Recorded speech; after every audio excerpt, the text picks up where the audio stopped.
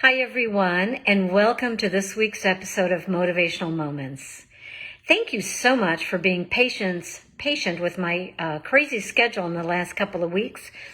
I was out of town and I didn't have good access to the internet, so I wasn't able to do my broadcast, but I appreciate you tuning in today. And I just wanted to talk about how our reaction and action to situations can either make or break the results. I didn't know what I was going to talk about today until I experienced this situation myself. Sometimes we focus on the obstacles more than focusing on the end result. It's so much easier to focus on the problems and to make them bigger problems than sometimes they normally are.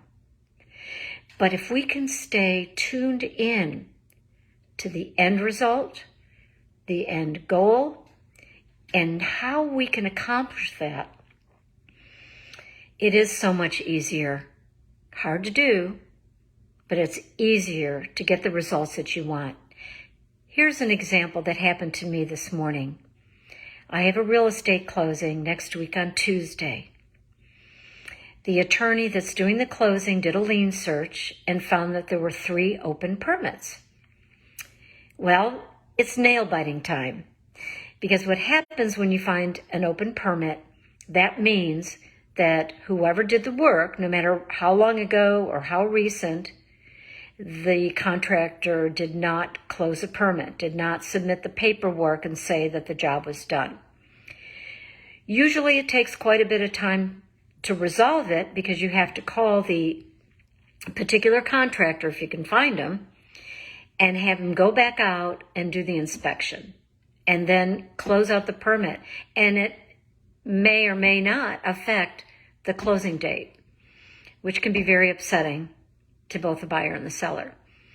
But after getting this news, I decided to go directly to our Nassau County Building Department, who issued the results of this permit being open and had the document number, the permit number, and all that. To make a long story short, I went in with the end goal in mind. I literally stood at the counter and talked to 4 different people at 4 different times to see how I can get this resolved while standing in front of them, being kind, being patient, sorry for the phone call, and getting it resolved. And you know what? It worked. Because I took the time to communicate. I took the time to make sure that there was a clear understanding on what I needed to get done. And then I had to kind of unravel all the procedural things that had to be done in order to make this work. And instead of it taking a week or more, by dealing with each person with kindness and patience and explaining the situation, within 45 minutes, I had it all resolved.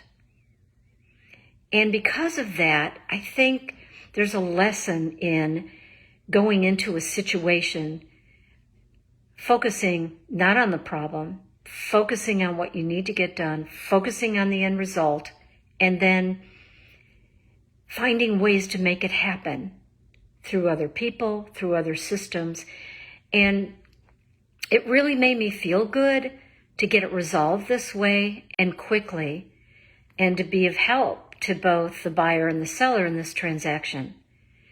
So think about your own situations. Think about your own problems or obstacles, and then step back a little bit and think of how can you resolve it calmly, easily, methodically.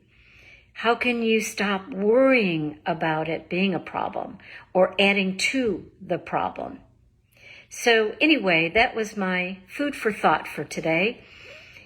And as good as it all turned out this morning, I still have one more step, the good step, which means I've got to turn in the paperwork that resolves the situation. So this is the happy dance. This is the happy part, knowing that all is done, all is resolved, and it was just a matter of being focused, being kind, being patient, and looking at the end result.